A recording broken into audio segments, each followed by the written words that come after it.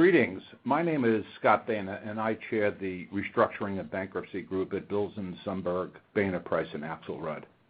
We're delighted that you have chosen to join us today as we embark upon the first of a series of programs on restructuring and bankruptcy, which are especially designed for corporate counsel. Our goal is to acquaint you with bedrock principles and provide a roadmap of practical ways to navigate through the application of those principles without bogging down in lots of case law and esoteric material. We're gratified by the large audience this program has attracted, and while we know many of you, for the benefit of those we have not yet had the pleasure to meet, allow me to share that Bilzen Sundberg is a full-service commercial law firm located in Miami, Florida.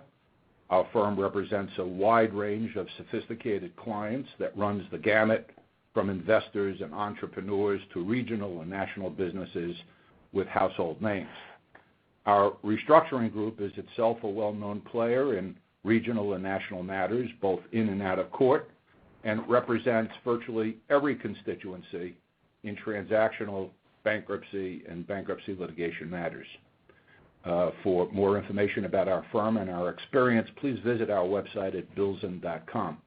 And naturally, if you require any other information about our firm, please do not hesitate to call me or any of our speakers. At the conclusion of our prepared remarks, there will be an opportunity for you to ask the panelists questions. To do so, just pose your questions in the Ask a Question box on the lower left side of your screen. Our first speaker today is our partner, Jay Sacolo, who will be discussing selection of the right form of corporate entity based on the attendant legal consequences, particularly in bankruptcy and insolvency situations. Jay? Thank you, Scott. As Scott mentioned, I'm going to cover bankruptcy and creditor rights issues in selecting an entity and some of the overarching concerns that each party should be aware of. I'm going to focus today on the three most common form of entities that people choose or companies choose to form, and that would be corporations, limited partnerships, and limited liability companies. As you'll hear, I'm going to focus most on the issues centered around limited liability companies, as today those are the most prevalent issues facing bankruptcy courts and the issues of the members of those LLCs. First, let me start with corporations. Everybody on the call is familiar with a corporation. They are governed by boards of directors. There are fiduciary duties at that board level, and those fiduciary duties are either prescribed by statute or through the decisional law. Importantly, for companies that are formed as corporations, those duties run to the corporation and to equity holders. As I'll explain in a little while those corporations are solvent, that is the extent of those duties.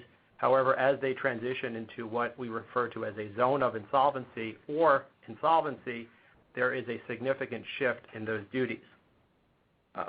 As it relates to bankruptcy-specific issues for a corporation, there's little distinction regarding the treatment of a corporation based upon where it is formed. As you'll hear in a few moments, where it is formed creates certain venue and other rights, but as it relates to a bankruptcy, the state of formation, whether it's Delaware, the state where it's operating, has little distinction. So when you're thinking about what type of entity to form, if it's a corporation, the location of formation has little impact. The typical decision tree that you go through, impact of taxes, the location, the nature of the business, those are the branches of that decision tree that you focus on, and you should not take into account the potential impact of a bankruptcy in creating the location of that jurisdiction. Now, as to a limited partnership, we go through a similar analysis. All limited partnerships, regardless of the state of formation, are managed by a general partner. Similar to the fiduciary duties that a board of directors may hold, a general partner will have fiduciary duties that are dictated by the partnership agreement or by statute. And just as a corporation, the general partner will hold those duties to the partnership and its members. outside a zone of insolvency or within an insolvent situation. And again, that shifts dramatically once you reach into that zone. Similar again to a corporation, the treatment of a limited partnership is similar regardless of the state of formation, other than venue and the transfer of the limited partnership interests. Let me shift my attention to a limited liability company. And as I said, I'm going to spend the most time here because within the last 5 years, there have been 2 times as many LLCs created in virtually every state across the union than corporations or limited partnerships combined. And the result of that is that courts at the state level, federal level, and in bankruptcy courts have had to confront a variety of issues within limited liability companies that they haven't previously had to confront. And it's important because limited liability companies, although they are creatures of statute, primarily operate through an operating agreement that dictates many of the decisions that are made. There are typically 3 different types of limited liability companies from a management standpoint. One is what's called a manager-managed LLC. That is, a manager is typically a non-member, and that manager is designated with the rights and responsibilities of managing the day-to-day affairs of the limited liability company. The second type is a member-managed LLC. It is just as it sounds. When you have a member of that LLC, that member is designated with the rights and responsibilities of managing the day-to-day affairs. And third is a management through a board of managers, which is similar to a board of directors of a corporation. However, the board of managers' rights and responsibilities are often limited and controlled by the terms of the operating agreement. From a bankruptcy standpoint, an LLC has the greatest amount of variability from a creditor's rights perspective and in bankruptcy. And the distinctions come from 1, the state of formation, and 2, what the terms of the operating agreement are themselves. Now, before I get into some of the specific differences in an LLC, there are some commonalities amongst all 3 entities, all 3 types of entities, regardless of whether it's a corporation, partnership, or an LLC. Importantly, the state of formation for the entity creates a venue where a corporation, LLC, or partnership may file for bankruptcy protection. For those of you who aren't familiar with a number of bankruptcy cases around the country, you may wonder why so many of them wind up in money-centered jurisdictions such as Delaware and New York, even though they don't operate there. And the basis for that is generally the fact that the entities were formed, or one of their entities were formed in Delaware, and they had the right to file that entity in Delaware and then file affiliated companies in that jurisdiction or in New York. And in the papers that you've received, you'll see there's a couple of references to the Chateauguay case and the Ionosphere case, which for bankruptcy lawyers are well-known cases. Those names don't have a lot of public knowledge, but Chateauguay was the LTV Steel Company. They filed their first entity with the name Chateauguay. They had jurisdiction to be able to file in New York. And similarly, Ionosphere was the Eastern Airlines bankruptcy case that operated under Ionosphere, which was the name of their airline club. And so it's important to note that where you create your entity, where you organize it, does create a venue for where the company could file for bankruptcy protection. The alternative venue for a company to file bankruptcy is where it has its principal place of business. And so a company that is formed in Delaware but operates perhaps in Miami would have the right to file bankruptcy here in Miami, and that's something to keep in mind as well. Similarly, across all types of entities, as I mentioned before, directors owe 2 primary fiduciary duties to their stakeholders.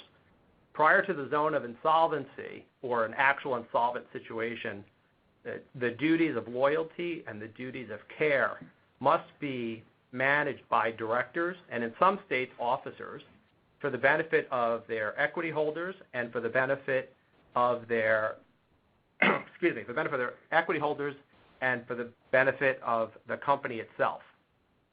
Once a company reaches the zone of insolvency, which is a undefined area, but it's something between where a company is clearly solvent and a company is balance sheet insolvent. Typically, it's a sliding scale, and it tends to be, if you look through the decisional law, you know it when you see it. When a company reaches into the zone of insolvency, in some jurisdictions, the duties of the officers and directors shifts from not only being the equity holders in the company, but it also becomes a fiduciary duty to creditors. Some jurisdictions require the company to actually be insolvent before that duty shifts, and so it's important to understand which jurisdiction that you're looking at in that regard. Now, going back to limited liability companies itself, the operating agreement is the most important component of the LLC and the potential impact in a bankruptcy or in an insolvency situation. Although LLCs are creatures of statute in every state, all state statutes default to provisions of operating agreements for waivable provisions that are entitled to be included in the operating agreement. In other words, the company acts through the operating agreement, which is essentially a contract between the member or members and the company. How does that play out in a bankruptcy?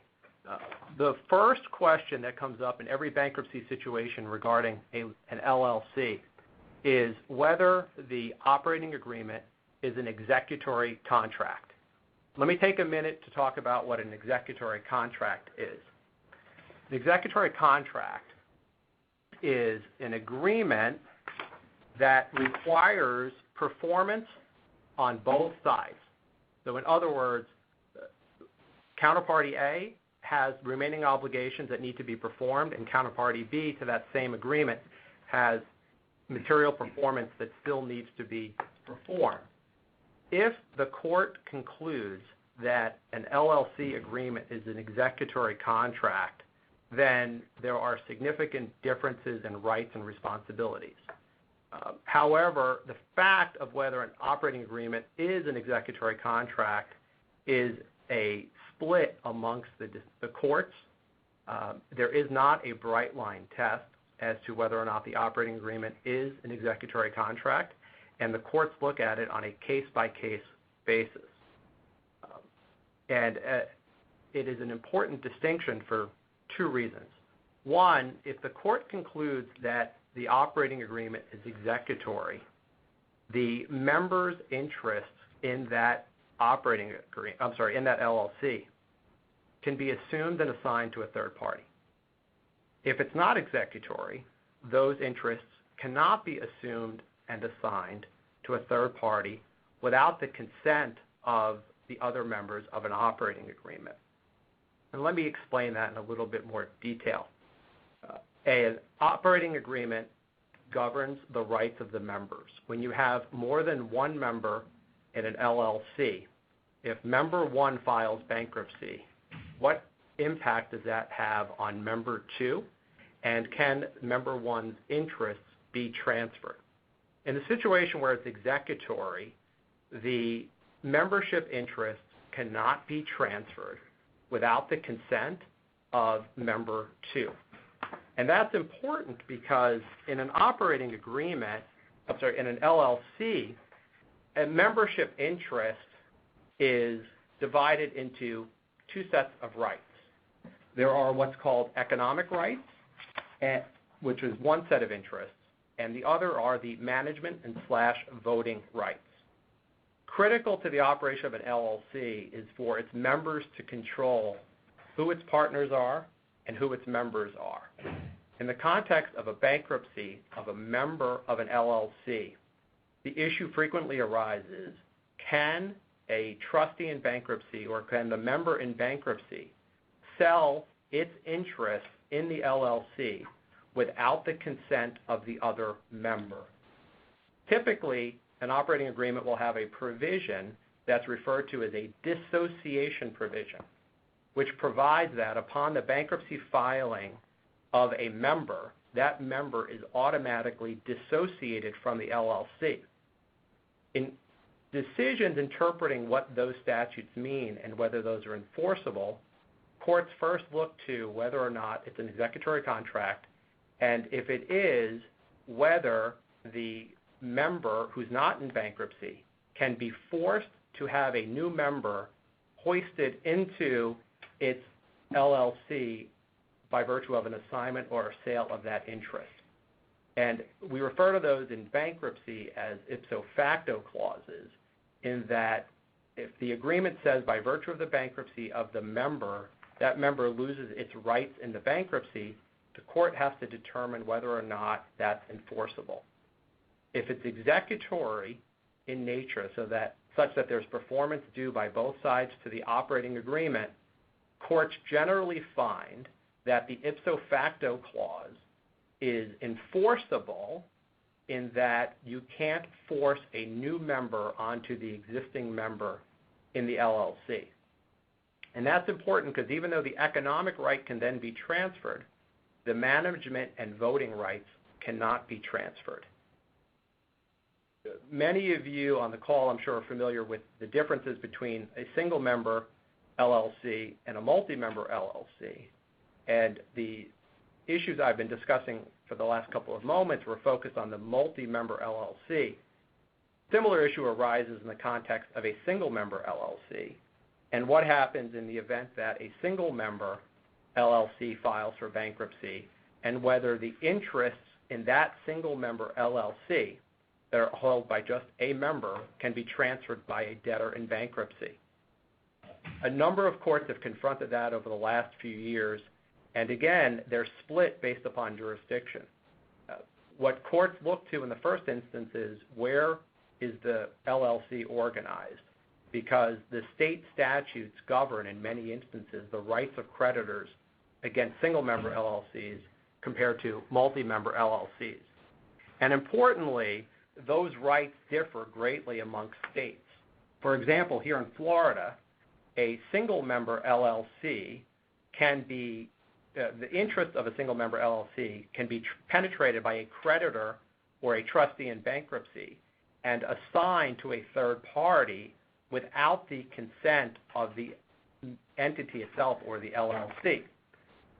Unlike in Florida, if you're in Delaware, a Delaware LLC that's a single member can protect its single member interest, and all that can be assigned to a third party is the economic rights and not the management or voting rights.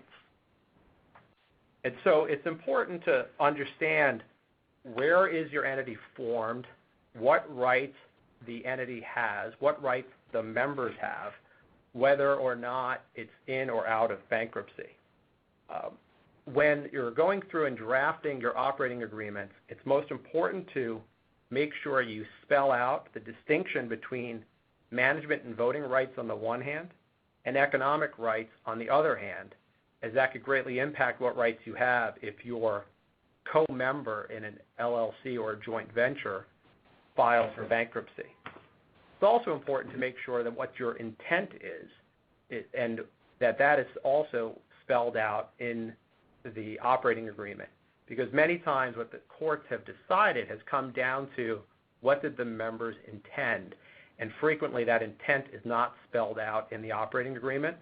The parties would be well advised to make sure they include in their operating agreements whether they intend and would reject a new member without the specific consent of the member who's not in bankruptcy. In addition, it's important to keep in mind that on a partnership interest, the courts have focused on a similar analysis as the LLC, and therefore in the partnership agreement you may wish to include those same provisions. Jay, before you move on to the next topic, in regard to executory contracts, am I correct that to be executory, the performance requirement that remains outstanding must be something other than the mere obligation to pay money? That's correct. It has to be more than just an economic obligation between the two parties. There has to be performance due on both sides. There is some distinction in jurisdiction as to how exactly that is tested, but it needs to be more than just economic performance by one party and non-economic performance by the second party. as you are working through operating agreements or partnership agreements, you may wish to include certain provisions in the operating agreement that makes it clear what happens in the event of a bankruptcy filing of the partner, specific limitations on the transferability of the interests or rights of the member.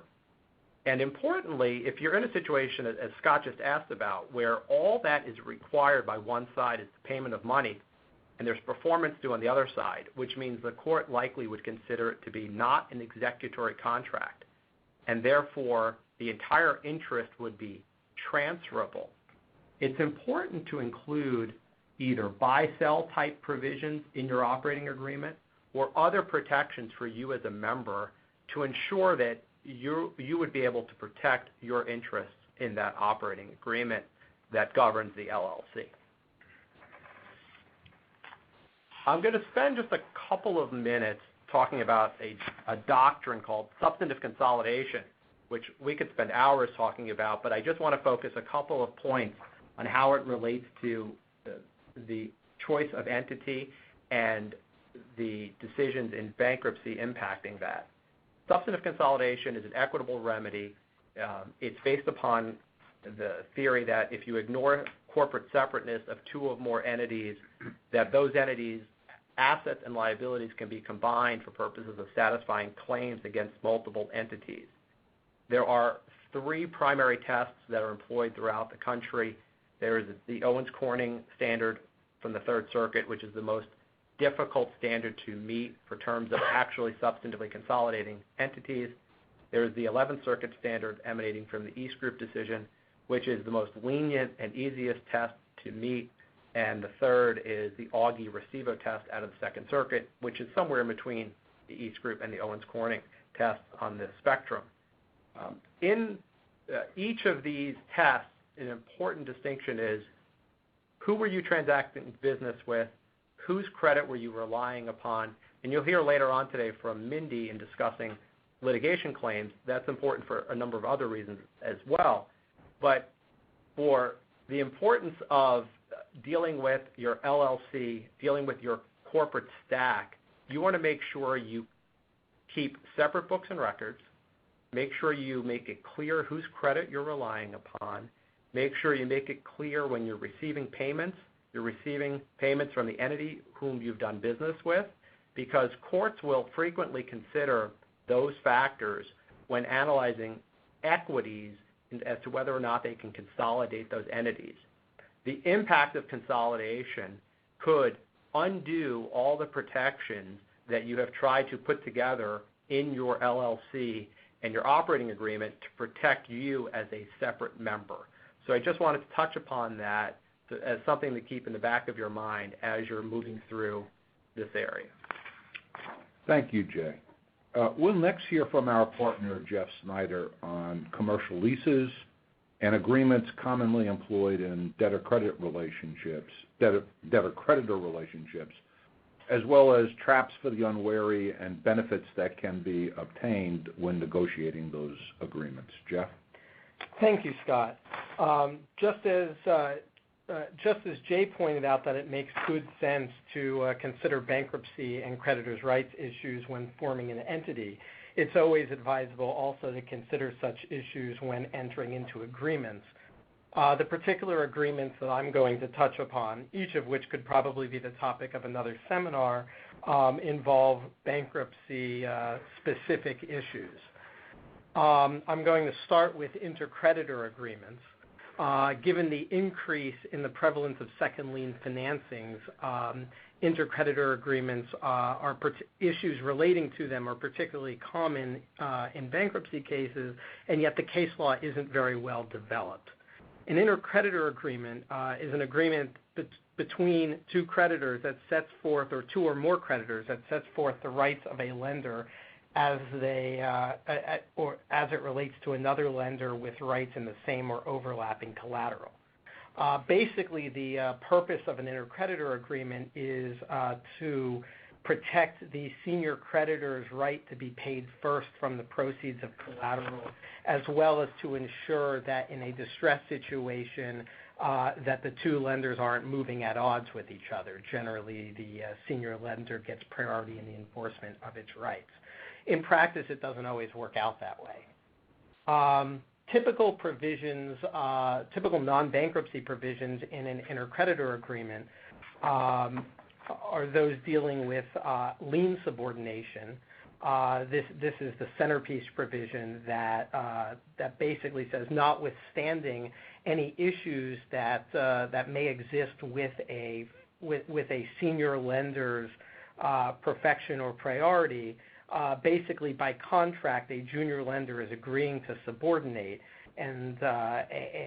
subordinate its lien, and even if the junior lien holder would otherwise have a better perfection as to certain collateral, the senior lender's lien is afforded priority. And in connection with that, a junior lender would also agree not to challenge a senior lender's priority or perfection, although this certainly doesn't prevent, in a bankruptcy scenario, a debtor or a creditor's committee to still attack perfection by a senior lender. But it's designed to be a fail-safe in case the junior lender perfected properly, but the senior lender didn't. Similarly, it's common to see payment subordination provisions that similarly provide that regardless of whether the senior lender or the junior lender manages to get payment, it's for the benefit of the senior lender until the senior lender is paid in full. In a situation where the senior lender is undersecured and there's not sufficient collateral value to pay their debt, this could actually have the effect of diverting a junior lender's recovery as an unsecured creditor in a bankruptcy proceeding for the benefit of the senior lender until that lender's claim is paid in full. In an intercreditor agreement, it's also common for a junior creditor to delegate to the senior lender certain of its enforcement rights, such as the right to act as an agent for the junior lender in filing a proof of claim, or waivers by the junior lender of their ability to challenge the senior lender's priority in realizing upon certain assets or in the order in which they go about foreclosing or enforcing liens. It's also common to see standstill and blockage periods, which basically prevent a race to the courthouse and prevent the junior creditor from taking really any action at all other than very basic steps to preserve its position, such as filing a proof of claim for a certain period of time or until the senior lender has been paid in full. There are balancing provisions that a junior lender would typically seek, such as a right to buy out the senior lender's position at a predetermined price, or limits on the amendments that could be added to a senior lender's documents, such as maturity or interest rate, or a cap on the amount of the senior lender's claim to prevent them from being pushed below an increasing obligation or having the terms changed.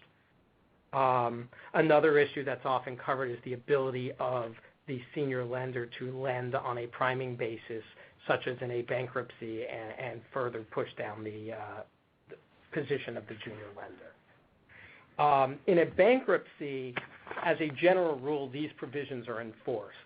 Indeed, there's a section 510A of the Bankruptcy Code expressly provides that a subordination agreement is enforceable in a bankruptcy proceeding to the same extent it would be under non-bankruptcy law.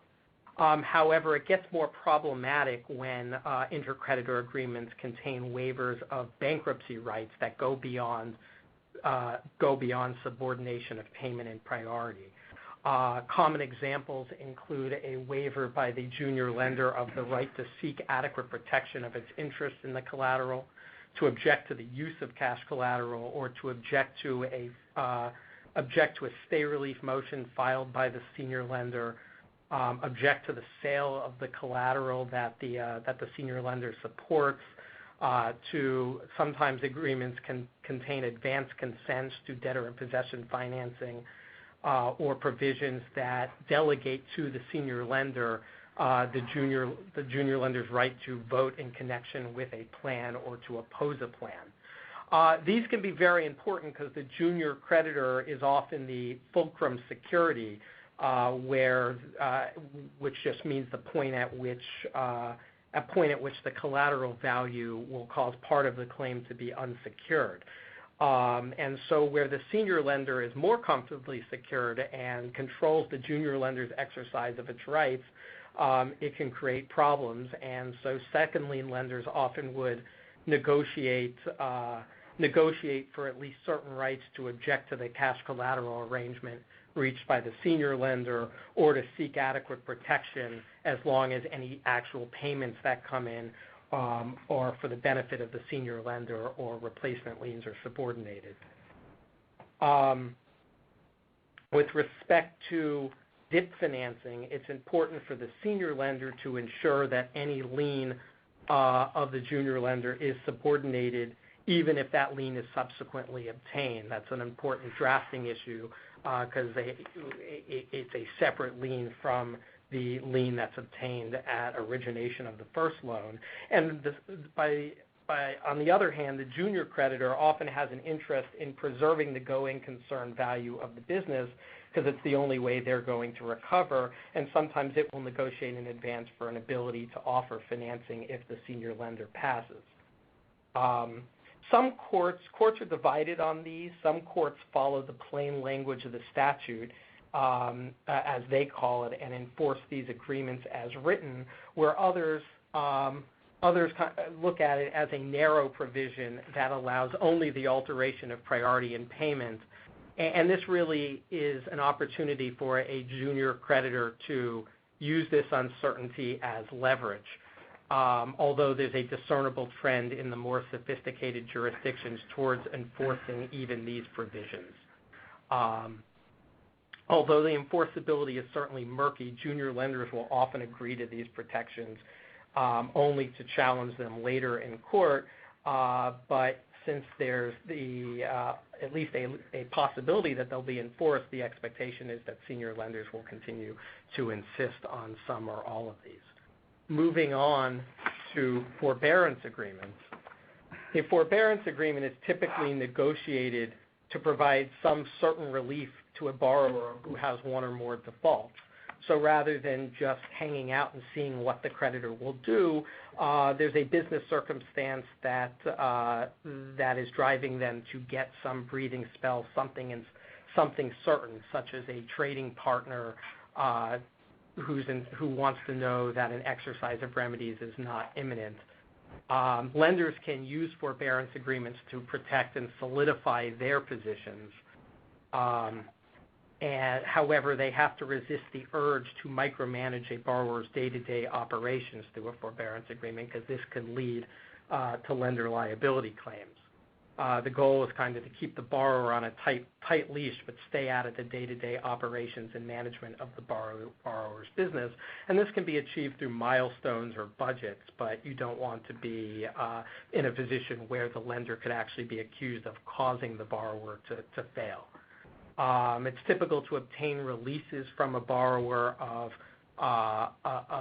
causes of action that have accrued as of the date of the forbearance agreement, or potential causes of action. And it's helpful to add language that indicates expressly that the lender is not in control of the operation of the business, that it's not a joint venture, that any inspection and monitoring rights that the lender is asking for are for the lender's benefit, not for the benefit of the borrower. It's also important to consider, where more than one lender is involved, any intercreditor agreements, because consent of other lenders may be needed, or there may be other cross defaults or similar issues that need to be addressed. Jeff, in the same respect, is there any significance to the fact that the underlying debt subject of the forbearance might be guaranteed? Yes, that's a good question, Scott. In fact, when a loan is backed by a guarantee, it's important to get the guarantor on board as a signatory to a forbearance agreement, ratifying and reaffirming the obligations that have been guaranteed, and where possible joining in releases of any pre-forbearance claims. This is particularly important where the forbearance agreement changes the material terms of the underlying debt, such as interest rate, fees, maturity, or the collateral that's involved. The next slide, please. Common bankruptcy issues arising from forbearance agreements tend to relate to both releases as well as pre-bankruptcy waivers of bankruptcy rights, such as the automatic stay, as well as improvements of the lender's position that are obtained through a forbearance agreement when a bankruptcy is filed shortly thereafter. This is a similar issue to the issue raised by many of the provisions in intercreditor agreements, but it's different because forbearance agreements call for a waiver of rights by the debtor as opposed to by a lender. And so there's a balance between wanting to encourage out-of-court workouts and avoid the bankruptcy to begin with, but also a desire to protect a borrower's right to use the bankruptcy system.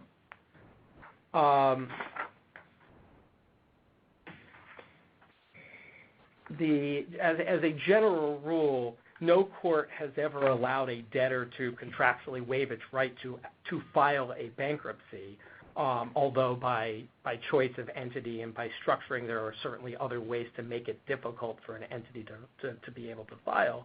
But a court won't allow a waiver of a bankruptcy filing, nor will it allow a debtor to waive its right to a discharge or to waive a claim as part of a release in a forbearance that didn't exist as of the date of the forbearance, such as avoidance claims, which Mindy will discuss in a few minutes.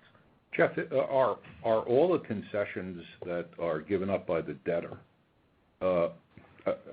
subject to being ignored or simply disregarded in a cram-down situation?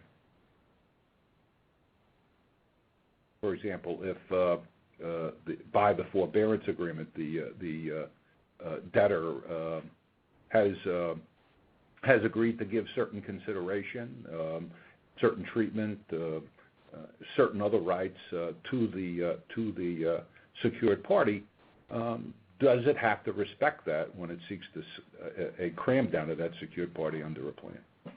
Certainly, it's once a borrower is in bankruptcy, there are a number of provisions that a borrower could include in a potential bankruptcy plan, such as extensions of the maturity date or adjustments to a market interest rate, that in a cram-down situation, if the court decides those are fair and equitable, can be imposed on the lender. And so despite the fact of the forbearance agreement, it still can be determined that it's fair and equitable to take it away from the lender. Absolutely, and in fact, in the negotiation of forbearance agreements, since obviously it's a distressed situation in many circumstances, what can be achieved in bankruptcy is often one of the important dynamics of that negotiation.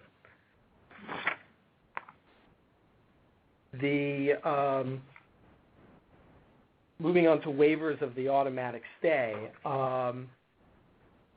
these are a little bit more controversial. There are provisions that are often included in forbearance agreements that purport to require a debtor to consent in advance to relief from the automatic stay or not to oppose a stay relief motion filed by a lender.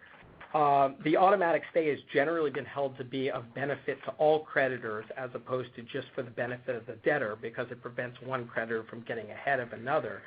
And therefore, a waiver is generally not enforceable as to a third-party creditor unless that waiver is contained in a previously confirmed bankruptcy plan as to a subsequent bankruptcy where that creditor was involved. As to the debtor, the willingness of courts to enforce such a waiver tends to vary, with most refusing to do so, except where the waiver is contained in a previously confirmed plan or where the forbearance was so comprehensive that it resembles a plan. In other words, a real restructure of the debt out of court, as opposed to, say, a brief extension of time. Courts consider whether the lender gave material and substantial considerations, such as new money or an interest rate reduction, an extension of maturity, or agreed to capitalize interest. It's also important for the debtor and its counsel to acknowledge that any waiver in a forbearance agreement was voluntary and the product of negotiations, where there's no equity in the collateral, and so really there's no impact in enforcing the stay waiver on what a third party would receive because there's nothing for unsecureds anyway. A court's a little bit more likely to enforce it. And where there's sophisticated parties and no prospect of reorganization, those are also factors that are considered. More common than a stay waiver is for a forbearance agreement to seek a release of all then existing claims against the lender so as to avoid affirmative lender liability claims. This doesn't stop that release from coming under attack either. Although a trustee, a debtor in possession, or a creditor committee tend to step into the shoes of the debtor, and so to the extent that there's a valid pre-petition release, the debtor would be subject to that release, and the enforcement of that would encourage pre-petition workouts and tends to be enforced. But sometimes there's a challenge as to whether the borrower receives sufficient consideration for the release that was granted. Forbearance agreements have also been used to provide lenders with additional liens and security interests or the opportunity to perfect a previously unperfected interest with the cooperation of the borrower. If there's a filing within 90 days thereafter, this improvement in position can be subject to attack as a preference, which Mindy will cover in a few minutes. And some lenders have been able to successfully defend by arguing that all of the benefits bestowed on the borrower pursuant to a forbearance agreement are a contemporaneous exchange for the improvement in position. Moving on to where I think the slides are, or to go back one to guarantees. The filing of a bankruptcy by a borrower, it's important with respect to guarantee agreements to realize that the filing of a bankruptcy by a borrower doesn't act as an automatic stay of any actions against a guarantor. So in a typical case, even though the borrower has filed an action against a guarantor, say that's pending in state court, is able to be separated and continue. However, it's not uncommon in a Chapter 11 case for a guarantor that's involved in the day-to-day operation of the debtor and planning to contribute money to a reorganization to seek to enjoin enforcement of the guarantee during the pendency of the bankruptcy. And if the guarantor really is the heart of the business and the bankruptcy case looks like it may be successful, these motions are often granted temporarily to give the debtor an opportunity to reorganize. Similarly, the treatment of a particular claim under a bankruptcy plan does not ordinarily affect a guarantor's liability for the debt under the original terms. For example, if a plan proposes to pay a debt that is due immediately at 60% on the dollar or 60 cents on the dollar over the next 5 years, the guarantor would ordinarily still be liable for the entire amount immediately, although there could be no double recovery, and the guarantor so if the guarantor paid, the guarantor could subrogate to the lender's right to payment under a plan. Essentially, the principle behind this is that a bankruptcy court lacks jurisdiction to affect the contractual relationship between two debtors. There are often attempts to seek releases and injunctions under plans to prevent the enforcement of guarantee obligations during the pendency of the plan. And these releases are rarely granted, but a temporary injunction during the life of the plan isn't uncommon, where the plan proposes to pay the debt in full if successful. Moving on to commercial leases, which I'll try and cover quickly. Upon the filing of a bankruptcy petition, the automatic stay prevents a commercial landlord from really taking any action to enforce its rights under a lease against the debtor or the property, unless a judgment of eviction was obtained or the lease was completely terminated prior to the bankruptcy.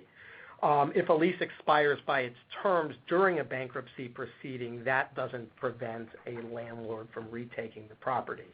And landlord liens typically aren't enforced in bankruptcy, although the trustee needs to take affirmative action to avoid them, and sometimes they fail to do so. Generally, during the first 60 days of a case, a debtor has a breathing spell and isn't required to pay rent timely, but after the first 60 days is responsible for timely performance of all of its obligations under its lease, and ultimately has to pay the first 60 days rent as well, although courts differ as to whether they need to do so around day 60 or can deal with it under a plan. A debtor or trustee has the opportunity to assume or reject a lease, and that's a decision subject to a fairly low business judgment standard. If a lease is rejected, it's deemed to have been breached on the day before the bankruptcy, and the tenant can file a damages claim, which is a general unsecured claim for damages that are damages under the lease, but subject to a cap equal to the greater of 1 year's rent or the rent reserved for 15% of the remaining term of the lease, not to exceed 3 years.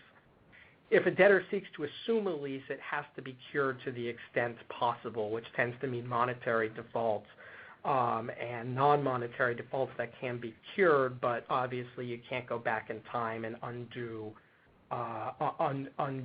something that can't be fixed, nor is it required that a payment of a penalty rate be fixed, nor would a bankruptcy clause be enforced. You don't need to go back and unfile bankruptcy, clearly.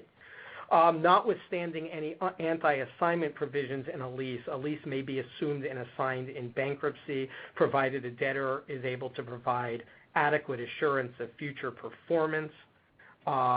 Debtors often will assume a lease and try and sell it if the lease is below market, or assign it to a buyer. There are special provisions, particularly for shopping center leases, that basically adequate assurance is a showing that the operating performance of the assignee and its guarantors will be similar to the financial condition and performance of the debtor at the time the lease was originally entered.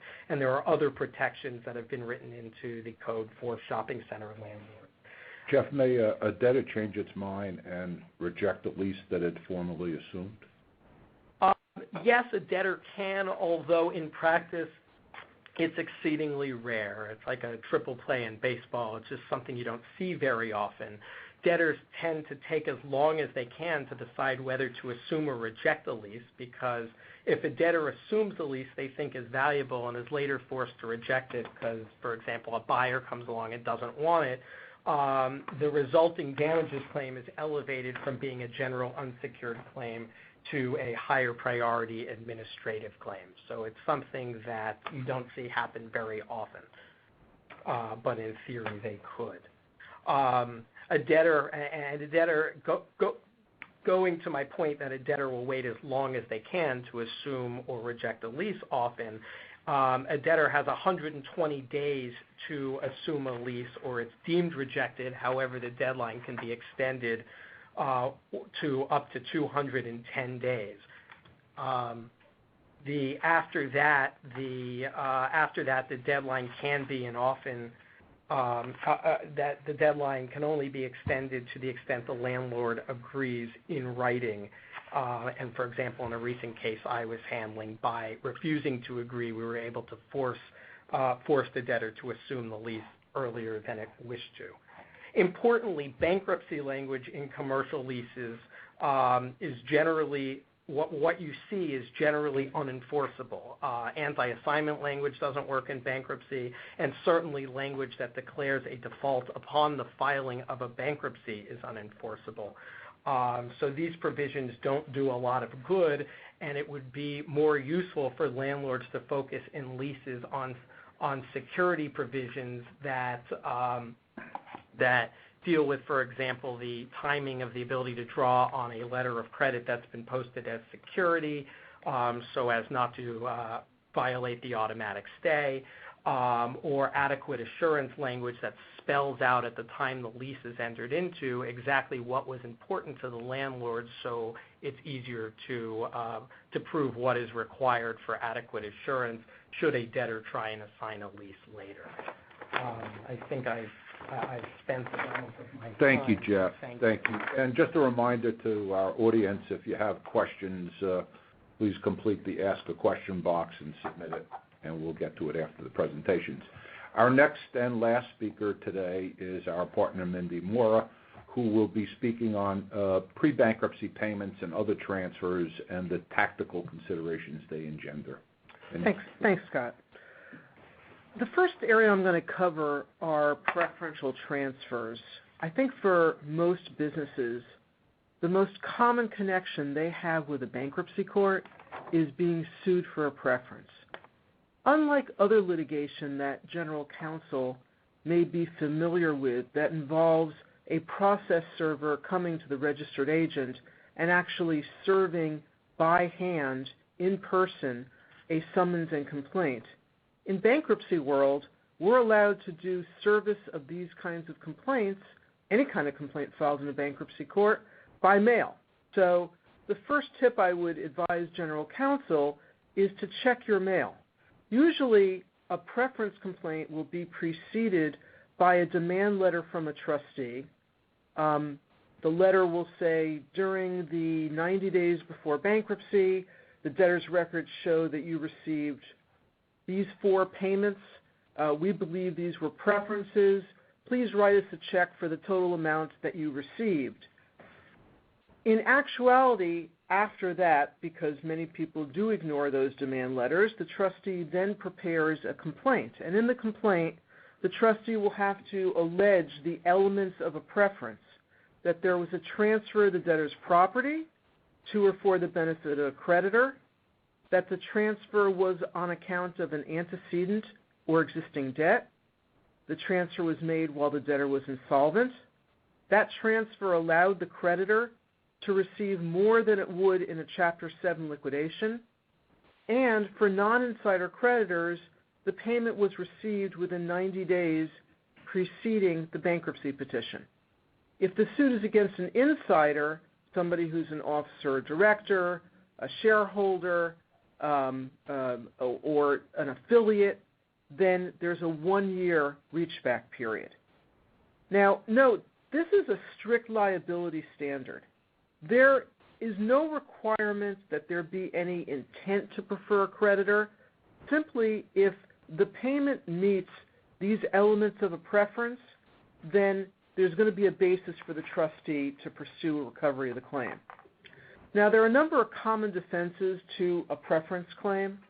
The first one is contemporaneous exchange, and it's just what it means. It means at the same time that a check or cash for goods or services was delivered by the debtor, in exchange, the recipient of the transfer provided services, the goods, and it occurred at the same time.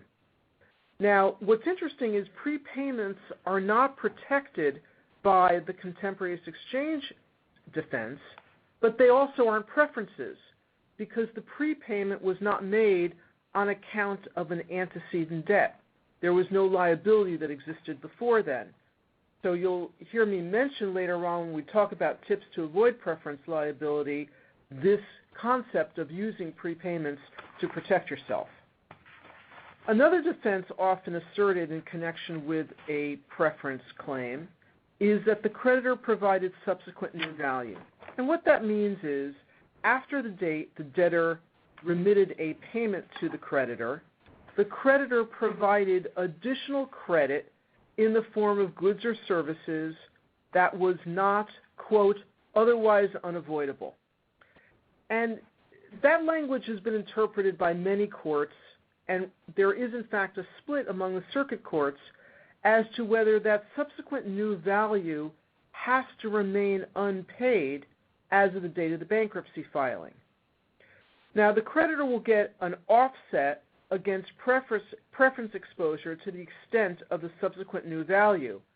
But this is not a very easy or necessarily logical test to apply. The subsequent new value analysis is one that generally requires the assistance of an accountant or forensic advisor, because the payments, if there are multiple payments, and many times when you are actively supplying goods and getting payments from a debtor and to a debtor, there are numerous transfers that have to be examined.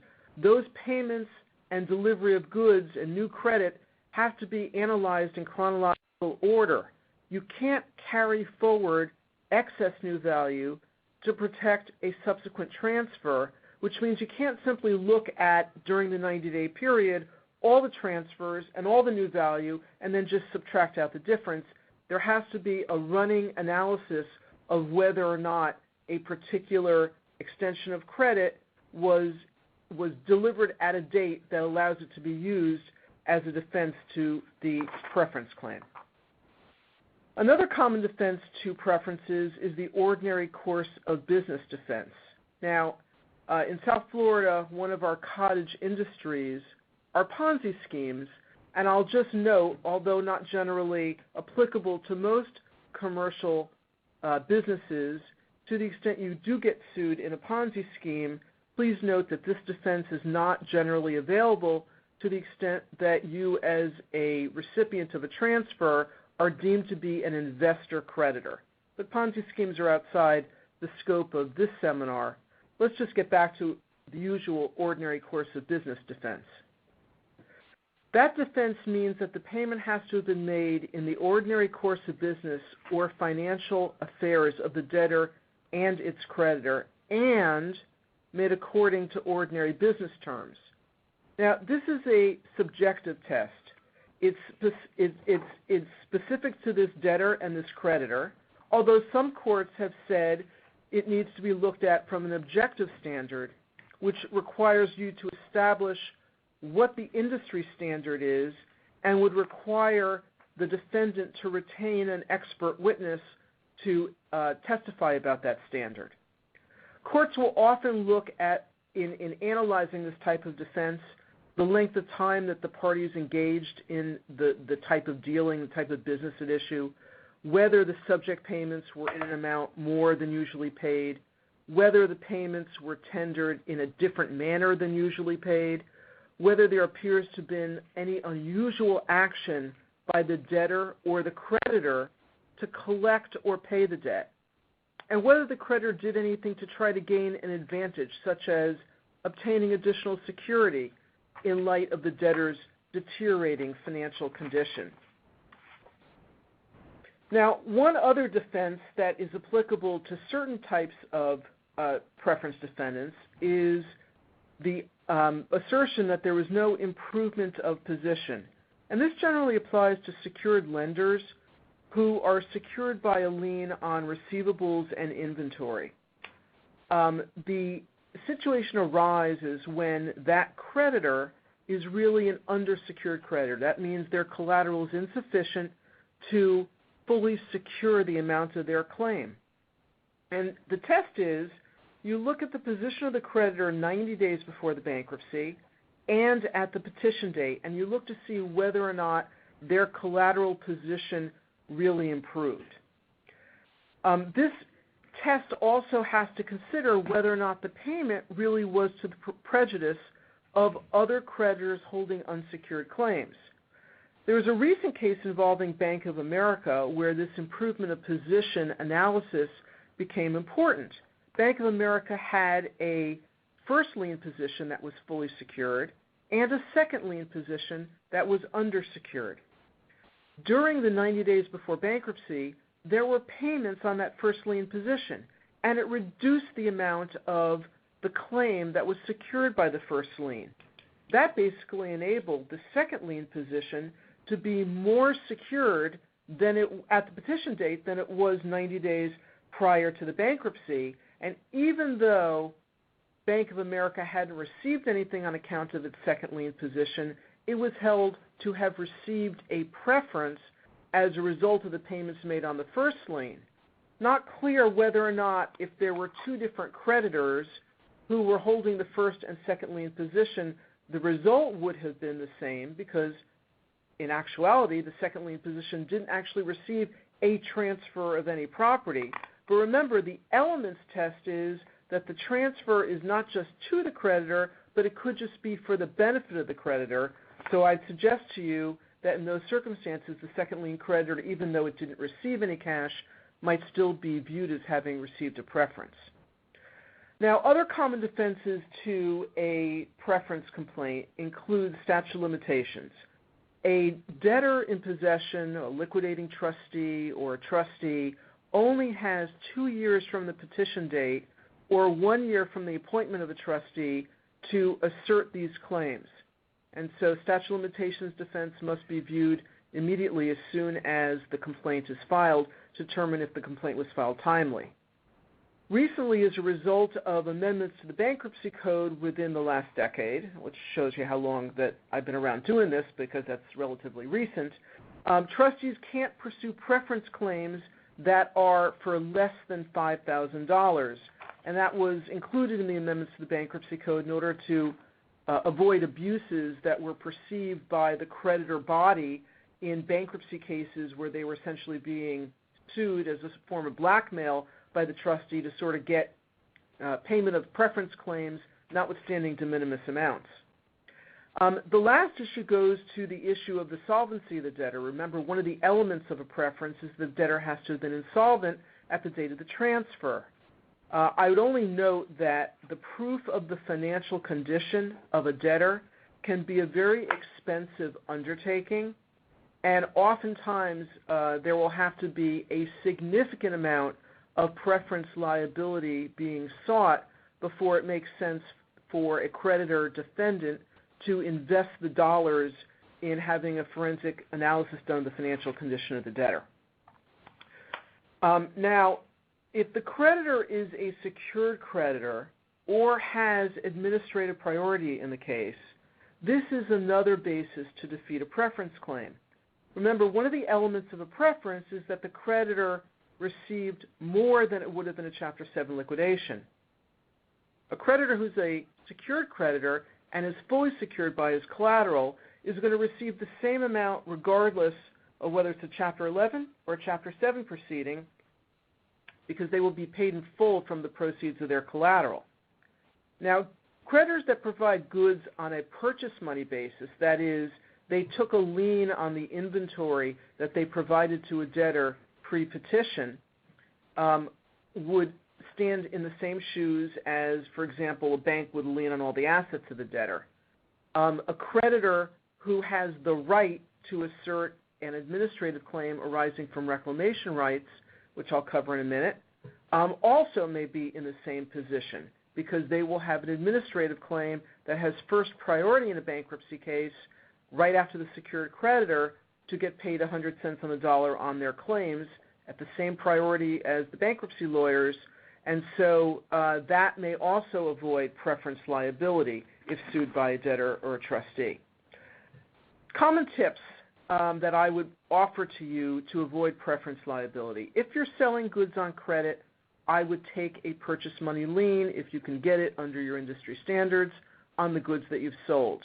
Many of my clients in the jewelry industry, for example, will do a form of purchase money financing known as consignment, and will take the steps necessary to perfect their consignment interest to ensure that if the jewelry store, for example, that they sell goods and merchandise to goes into bankruptcy, that they will have a secured position with respect to their inventory, and any payments to them will not be preferential.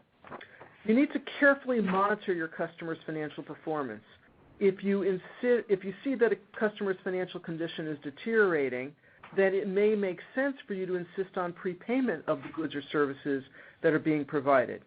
You might also want to obtain a letter of credit in order to have a third-party source to look to for the payment of those invoices that your customer fails to pay.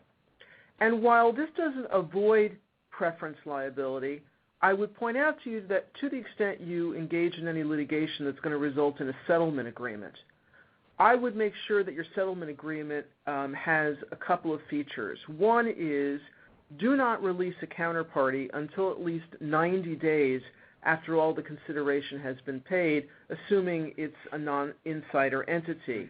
That will allow the preference period to go by, and you'll be able to, if there is a recovery against you, be able then to essentially do what we do, which is ensure that there's springing liability for the full amount of claim that you originally sued for.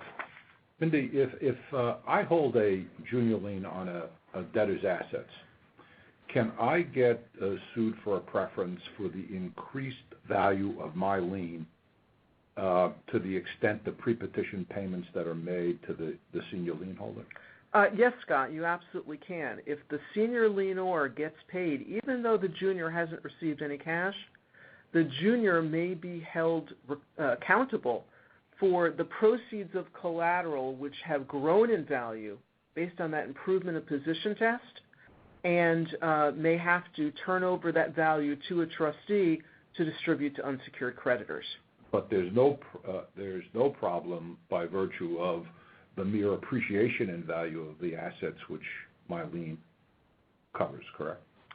Well, to the extent that pay downs, to the extent that there is a change in value, there are courts that have held that the creditor is not really responsible for the fluctuations in value of the collateral, and that's just a normal factor of how a debtor does business.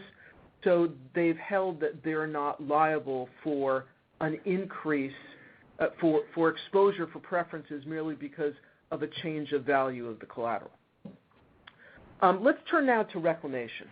So reclamation is a body of law that has existed under state law long before the Uniform Commercial Code, but was codified under the UCC in Section 2702 to allow a seller to reclaim goods that have been sold to an insolvent buyer upon making a demand within 10 days after the buyer receives the goods, or at any time if the buyer misrepresented its solvency in writing to the seller within 3 months prior to delivery of the goods.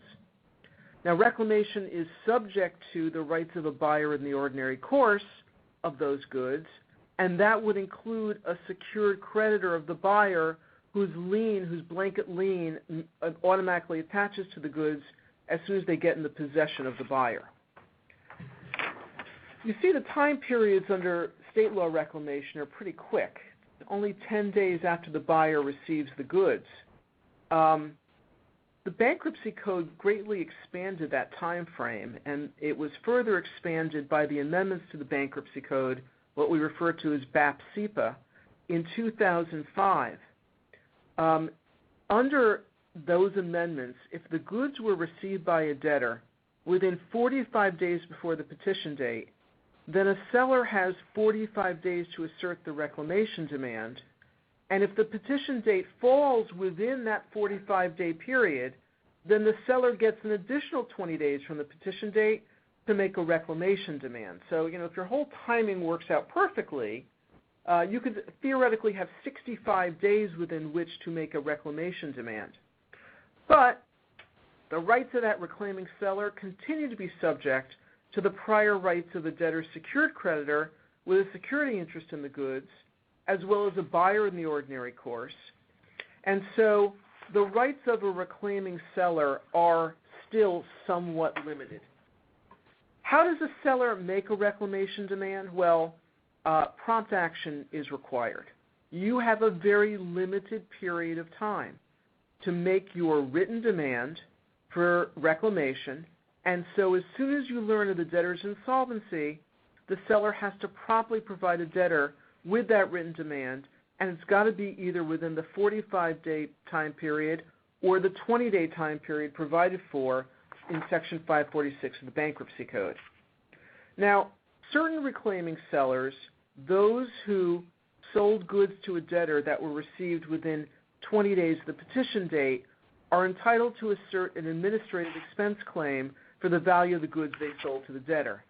Those goods had to have been sold in the ordinary course of the debtor's business, and the creditor has to file a written motion for allowance of an administrative expense claim or otherwise follow procedures established by the bankruptcy court.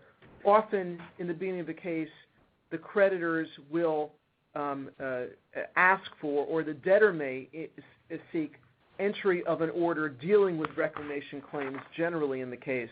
So it's important to keep your eyes open for that kind of order emanating from the bankruptcy court. Let's now turn to fraudulent transfers. And I want to focus on this. Again, this is a topic that could be a seminar in and of itself. I want to focus on fraudulent transfers as they generally arise in the commercial context. Fraudulent transfers generally arise in two different areas. There's intentional fraudulent transfers. That requires actual intent to hinder, delay, and defraud creditors. This is very difficult for trustees to prove generally. There is no obligation, however, to prove the debtor's insolvency. More common is constructive fraudulent transfer, where it's not necessary to prove the debtor's intent to defraud. Instead, what a court looks at is whether the debtor received less than reasonably equivalent consideration in exchange for the transfer and was insolvent when the transfer was made. In the world of fraudulent transfers in bankruptcy, you may also hear reference to a concept called badges of fraud. Because constructive fraudulent transfer is often difficult to prove, most state law fraudulent transfer statutes include a number of elements that a court can look at to determine when constructive fraudulent transfer has occurred, and that includes things that involve transfers to an insider, the debtor retaining possession or control of a property after the date of the transfer. There was concealment of the transfer. The debtor had been sued beforehand or threatened with a suit. And these sorts of things will often be pled in the context of fraudulent transfer claims. Now, in the commercial context, the typical way that a fraudulent transfer claim will arise is when you're not really careful about who's paying your invoices. So you end up issuing an invoice after a sale of goods or services to Company A, but then payment is received from its affiliate, Company B. And the issue really is when you get sued for this fraudulent transfer, when Company B later files bankruptcy and it sues you for fraudulent transfer, or its trustee in bankruptcy sues you, did Company B, the payor, receive any benefit, direct or indirect, when Company A received the goods or services? For example, if it was a parent company and there was ultimately an upstream of distributions to the parent, was there some kind of indirect benefit? Practically, though, to avoid this type of claim, the accounting department of your organization ought to be insisting on payment from its customer. One of the key considerations in defending this type of claim arises out of the cost of the defense, because again, when you have to prove that the debtor was solvent and not insolvent at the date of the transfer, you'll have to retain expert testimony in order to prove that. Now, typical defenses to fraudulent transfer claims would include, as I mentioned previously, indirect benefit. Another one is that the creditor accepted the payment in good faith and for value. This would require the defendant not to have had any knowledge of the debtor's fraud or insolvency. What the courts really focus on is the creditor's actual knowledge and whether the creditor should have been on inquiry knowledge or inquiry notice. What that means is that the defendant should have known when it accepted the transfer in accordance with its routine business practices that this was something just wasn't right about this payment. For example, once we represented a defendant in a fraudulent transfer action that had lent money to what it believed was a wholesale grocery arbitrage business. It turned out that that business was actually a Ponzi scheme. But this client provided funds for the company to make equipment purchases. It performed all kinds of due diligence. Our client actually went to the defendant's offices. It reviewed the general ledger. It had discussions with the CFO, all in an attempt to verify that this was a legitimate financing. Yet it was still sued by the trustee as the recipient of a fraudulent transfer for this kind of loan. So those factors ended up being important when we ultimately settled the claim, it's important, therefore, to make sure that you are putting on the appropriate due diligence that you need to when you're doing business with these kinds of customers, where there might be some question about their financial wherewithal. In asset purchase transactions, one way to avoid fraudulent transfer claims is, one, to get a solvency opinion. That is, that the transferor was solvent when you did the transaction, or to get a fairness opinion.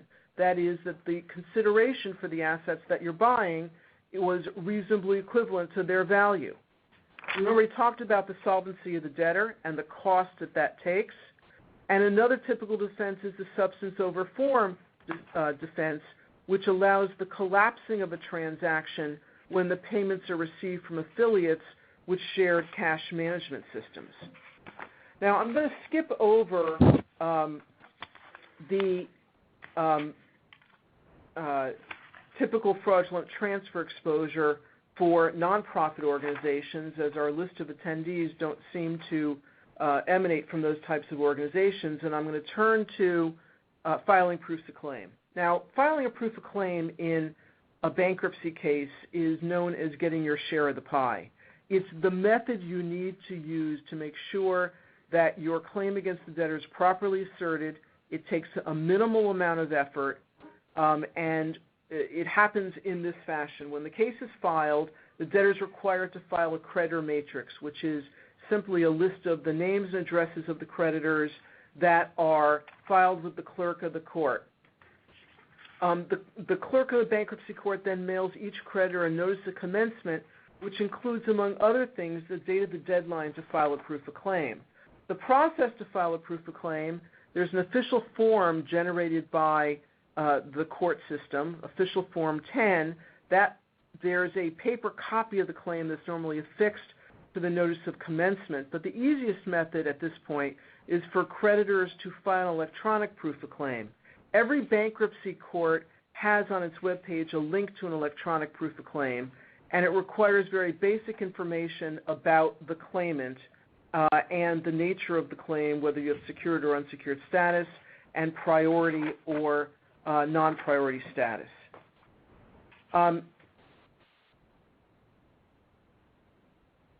There are a number of tips that we've listed in connection with proofs of claim. Please be sure to read those.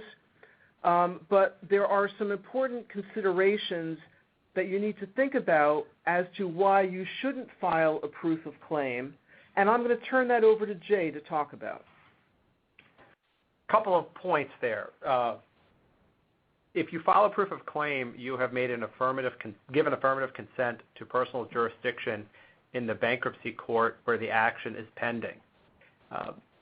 Unlike a typical lawsuit outside of bankruptcy where there has to be personal jurisdiction exists in bankruptcy throughout the United States. If you have filed a proof of claim, by doing so, you have waived your right to a jury that might exist under state law, and you have likely waived your right to have that action removed from the bankruptcy court up to the district court. And so there is a critical distinction and a decision that has to be made when and if to file a proof of claim in a bankruptcy proceeding. Thank you. By way of apology, we're running a little bit later than anticipated. This is our first rodeo, so to speak, and I apologize for that. We do have a question from the audience. The question is, does a bankruptcy or insolvency default provision in a contract have any real meaning once one party files for bankruptcy and the contract falls under the bankruptcy court's jurisdiction? Jeff? As a general rule, there are a couple of provisions in the bankruptcy code that limit the enforceability as a matter of public policy of provisions that result in a reduction of a debtor's rights as a result of it filing bankruptcy, or a forfeiture of property, or a default under a commercial lease, for example. However, in other contexts, such as, for example, a carve-out provision in a guarantee, which I kind of brushed over in my slides, but where a guarantor has a provision that says if he puts, if he's the principal of a company, he puts that into bankruptcy, that trips liability under what is otherwise a non-recourse guarantee, that type of provision can be enforced. So it tends to depend on the provision and the circumstances, but a provision that seeks to take rights away from the debtor merely as a result of it having filed bankruptcy is generally not enforced as against public policy. And just one refinement on that, one thing to keep in mind is if it's a personal services agreement, those types of restrictions are enforced generally by bankruptcy courts. One last question. Jay, what is the risk inherent in a lawyer for a claimant preparing, signing, and filing a proof of claim on behalf of its client? Well, the rules were recently amended to address who has to sign a proof of claim and what has to be attached to it. And one of the risks attendant to having outside counsel sign a proof of claim is it could turn outside counsel into a fact witness, and there may be issues regarding attorney-client privilege relating to the underlying claim. Thank you. With that, I wish to thank my colleagues and each of you for participating in this program. We look forward to visiting with you again when we have our next program. In the interim, if we can ever be of service to you, please do not hesitate to contact any one of us. And until then, have a terrific day.